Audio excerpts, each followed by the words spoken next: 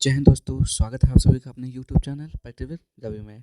आज हम इस वीडियो में पढ़ने वाले हैं आरपीएफ कांस्टेबल का प्रैक्टिस नंबर 14 पढ़ने वाले हैं। ठीक, जो आपका 50 क्वेश्चन का पीवाईक्यू क्वेश्चन होते हैं। ठीक, तो चलिए जल्दी से स्टार्ट करते हैं। और यदि आप लोग चैनल पर पहली बार आए तो प्लीज़ चैनल को सब्सक्राइब कर लीजिएगा, ताकि जब वीडियो को अपलोड किया जाए तो सबसे पहले आपको नोटिफिकेशन मिल जाए। ठीक, तो चलिए स्टार्ट करते हैं पहले क्वेश्चन से, क्योंकि आपका जो रेलवे का एग्जाम होता है वो पीवाईक्यू क्वेश्चन जरूर पूछता है, रिपीट जरूर होता है। ठीक, क्वेश्चन तो एक बार पढ़ के जरूर जाइएगा।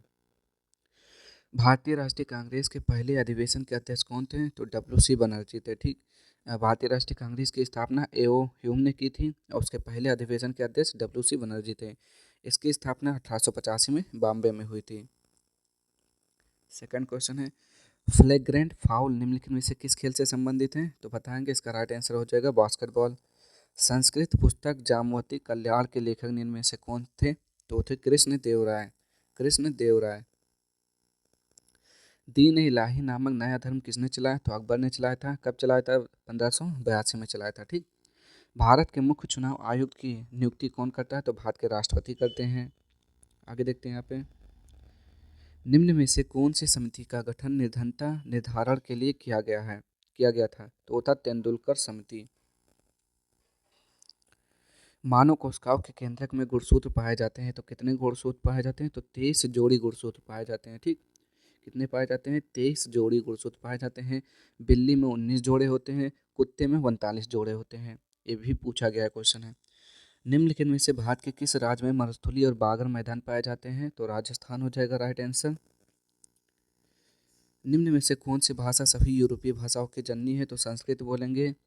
विशेष ओलंपिक में भाग लेने के लिए न्यूनतम आयु क्या है? 8 वर्ष होनी चाहिए न्यूनतम।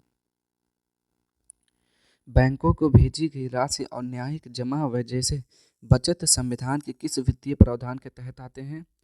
तो 11 का राइट आंसर बताना, चूंकि हो जाएगा आपका ऑप्शन नंबर 4, भारत का सार्वजनिक खाता। जहाज द्वारा पूरी दुनिया का भ्रमण करने वाला पहला यात्री कौन था? तो फर्डिनेंड मैगलेन था। मैगलेन।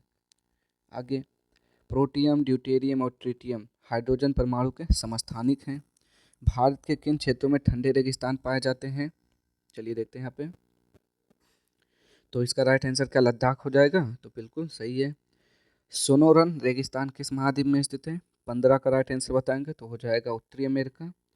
आगे देखते हैं यहाँ पे, अनुदानों की मांग के लिए मतदान किया जाता है। 16 का राइट आंसर बताएंगे, क्या हो जाएगा? ऑप्शन नंबर 2, केवल लोकसभा द्वारा। आगे, पुलिस, कृषि और सिंचाई भारतीय संविधान की किस सूची से संबंधित है? तो 17 का राइट आंसर क्या हो जाएगा? ऑप्शन नंबर 4, राज्य सूची। आगे, क्या लिखा हुआ है?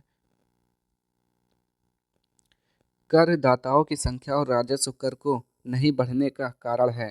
तो कौन सा कारण है? 18 का राइट आंसर क्या हो जाएगा? प्रत्यक्ष करों में वृद्धि।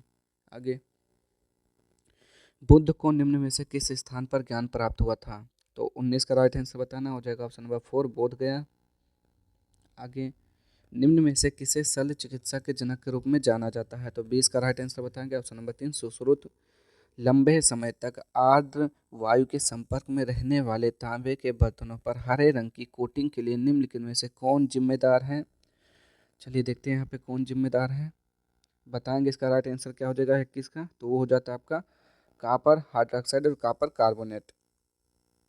आगे देखते हैं यहाँ पे, अप्रत्याशित स्थितियों में राष्ट्रपति द्वारा उपयोग किया जाने वाला कोष कौन सा है?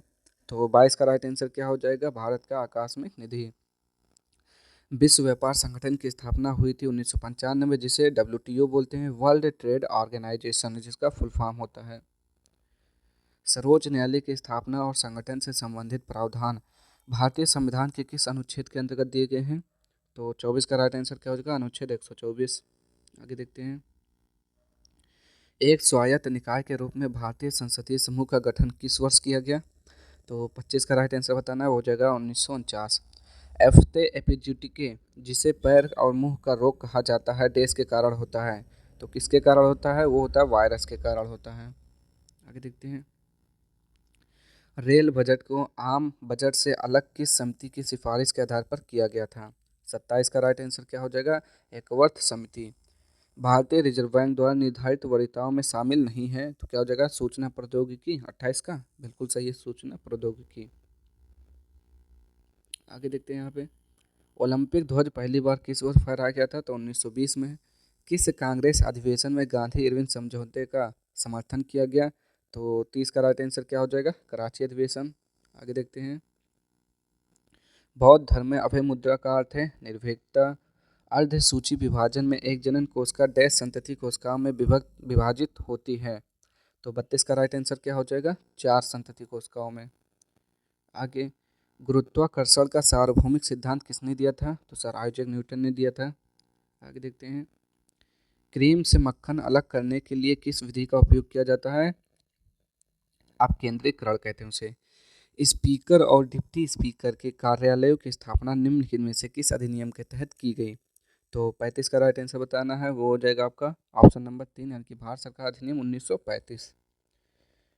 आगे, निम्न में से किस पेशवा को नाना साहब के नाम से जाना जाता है? तो बालाजी बाजीराव को जानते हैं। आगे, निम्न में से सरकार को नियंत्रित करने के लिए जब यह साधारण नियमों का भी पालन नहीं करता, विपक्ष के सदस्यों द्वारा कौन सी असाधारण युक्ति का प्रयोग किया जाता है? तो 37 का right answer point of order होता है। आगे देखते हैं। हॉकी की शैली स्कूप को और क्या कहा जाता है? बताएंगे यहाँ पे, तो उसे बोलते हैं एरियल पास। प्रधानमंत्री रोजगार योजना की शुरुआत किस वर्ष में हुई थी? तो बताएंगे 39 का राइट आंसर क्या हो जाएगा? तो 1993।